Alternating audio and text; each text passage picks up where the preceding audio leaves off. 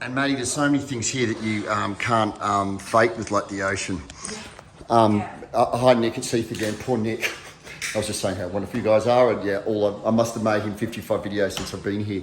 The original bones who did this, all this ceiling is in such good shape. Once again, put the gutter here. Look at all this. You can't see this. I've opened the shutter, but all this beautiful wood just looks black in the backdrop with all these hideous downlights. You simply just put downlights to wash light down the wood.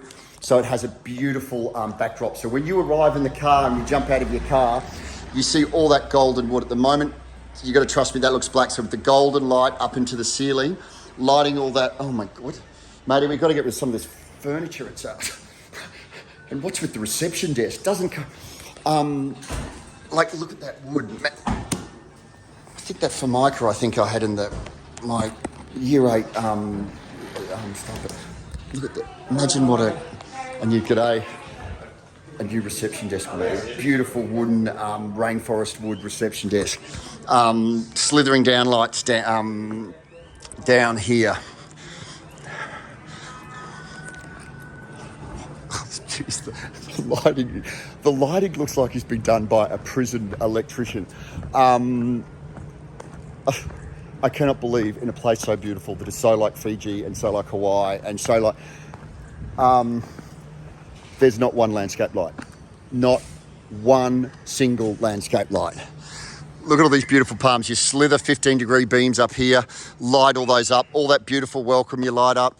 Down here, we just literally light up.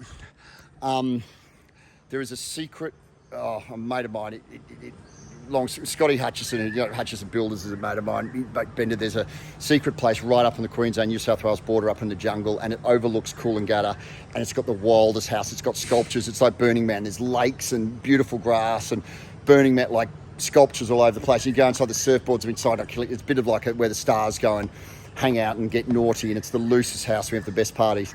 It's swapped hand. They've sold it to a mate of mine about a year ago, and this place is like a secret, but I'll check with them and send you guys the photos. Same thing, it's got all this beautiful, it's right in the rainforest. A lot of the techniques we've done, there's lots of dark roads like this up at this house, which we've kind of lit without putting ugly street lights in, but lighting up the trees, which actually bounces the light back into the place. This should be like arriving to a tiki village. God, if I was buying this place, I'd be putting a full slate retro tiki bar waterfall there, like those classic 70s waterfalls. I'd probably even remove some of those cycads because you've got such beautiful palms behind it. So rather than having all these old smashed up, you put a water feature here. I mean, I know I keep ripping this up to a 6-star place, but it is 6-star. I mean, look at all this stuff. Once again, like bunker lights that are all broken and cool white and prison lighting.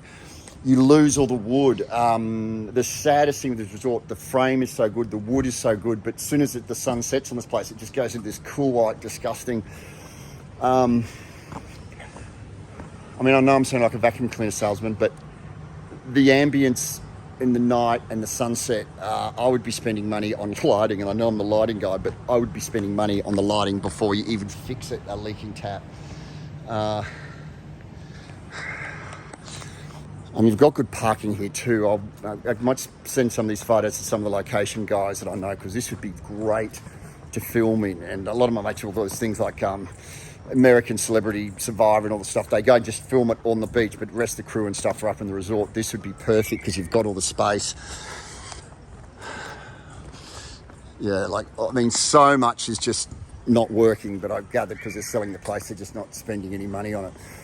Once again, you arrive here during the day, it is this tropical paradise. The sun sets and all of a sudden you're in I've opened the shutter here, but all you can see is just glary floodlights, bent light poles. You want to be arriving to Polynesia.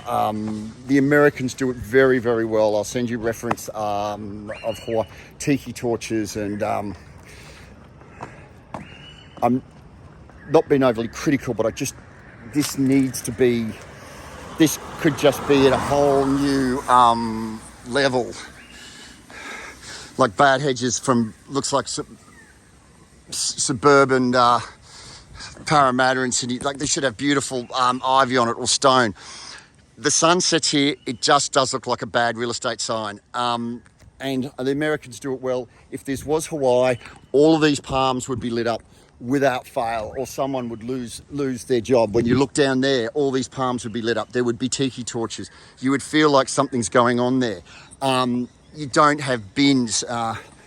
Trust me, I'm working with Marriott and all those kind of places. When you come, there's certain things you just don't do for energy flow.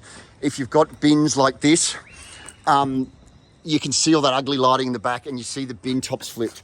Put that Hawaiian brush or bamboo, put a slit bamboo. I mean, for God's sake, just go to Bunnings and just buy those fake ones. Put the bamboo up a metre or so. All of a sudden, that becomes a feature. It disappears. You don't see all the bin lids and everything like that. The sign is just disgusting. It just looks like a real estate agent sign. You're lucky. You've got beautiful, warm street lighting.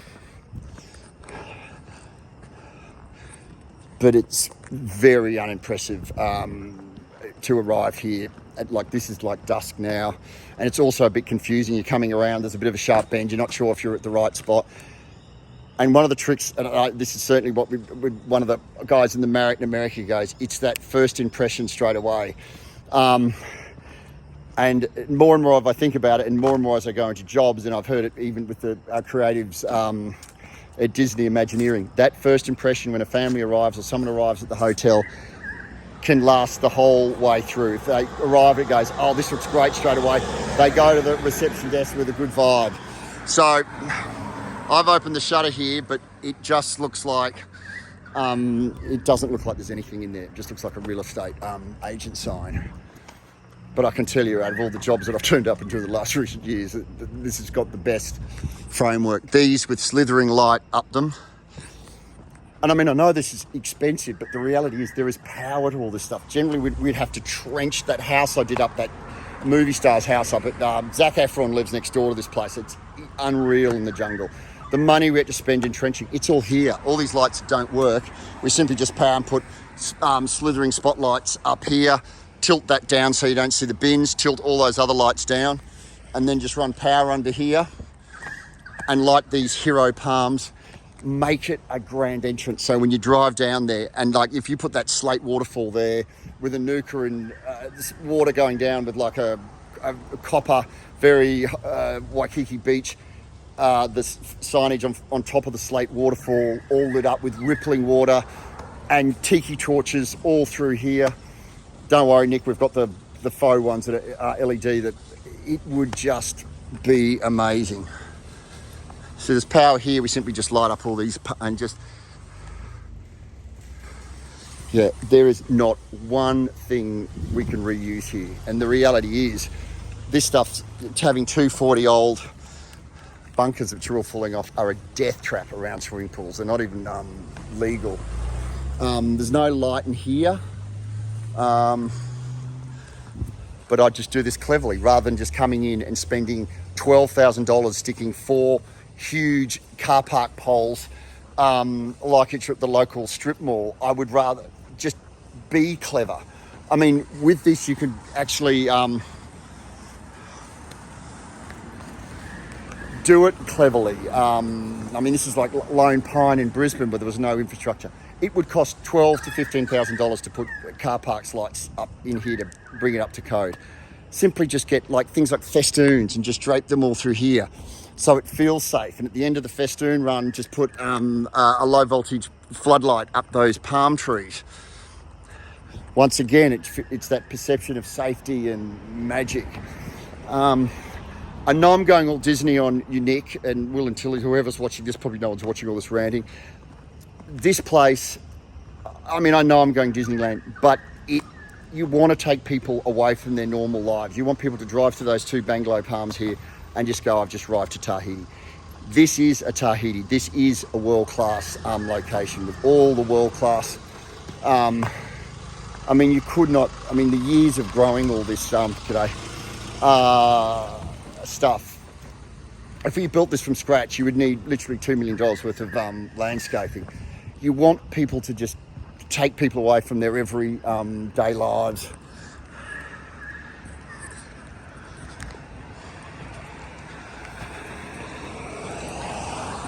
I mean, as soon as the sun drops down here, it's to be honest, it is as bad as the Shaftesbury, but without the crackheads.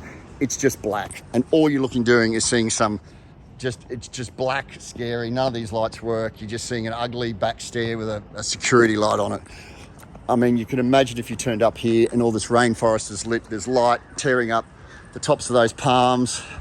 There was something destinational at the end there, like a water feature all rippling. And you put lights in the water like what we did in Cloudland in Brisbane. We've got lights underwater aiming at all the plant wall. So all that magic ripple you would get there. Those palms need cleaning up. It's kind of a bit kind of messy. So it needs something destinational here. Then you look up there, those palms are lit. And then all that cove is beautiful, warm. And then you look down there, it's all warm. There's tiki torches flickering away. Could be absolutely amazing. Yep.